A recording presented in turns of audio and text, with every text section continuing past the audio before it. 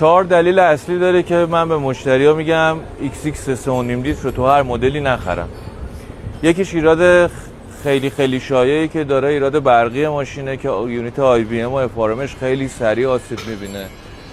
یکی ضعیف بودن موتور نسبت به وزن بدنه است که باعث استهلاک بالای موتورش میشه. یکی دیگه از ایراداش ترانسفر باکسشه که خیلی سریع خراب میشه. به اضافه این که یه ایراد شایعی که داره که خیلی بدم هست اینه که گاردون کوچیک جلو میبره میزنه گیری بوکس و اینا رو هم میشکونه که دیگه یه هزینه چند صد میلیونی برای مشتری داره. حالا اگه کسی بخواد X6 بخره چه مدلی باید بخره؟ به نظر من X6 5 لیتر بگیرن بهتره که خیلی از این ابو ایرادا رو برطرف کردن. موقعی که شما X6 5 لیتر میگیری هم از لحاظ برقی خیالت راحته هم از لحاظ استهلاک، ولی در هر صورت X6 کلا ماشین پر استهلاکه، چه از نظر نشریه روغن، نشریه آب، استهلاک موتور، بنزین، کلا ماشین حساسیه.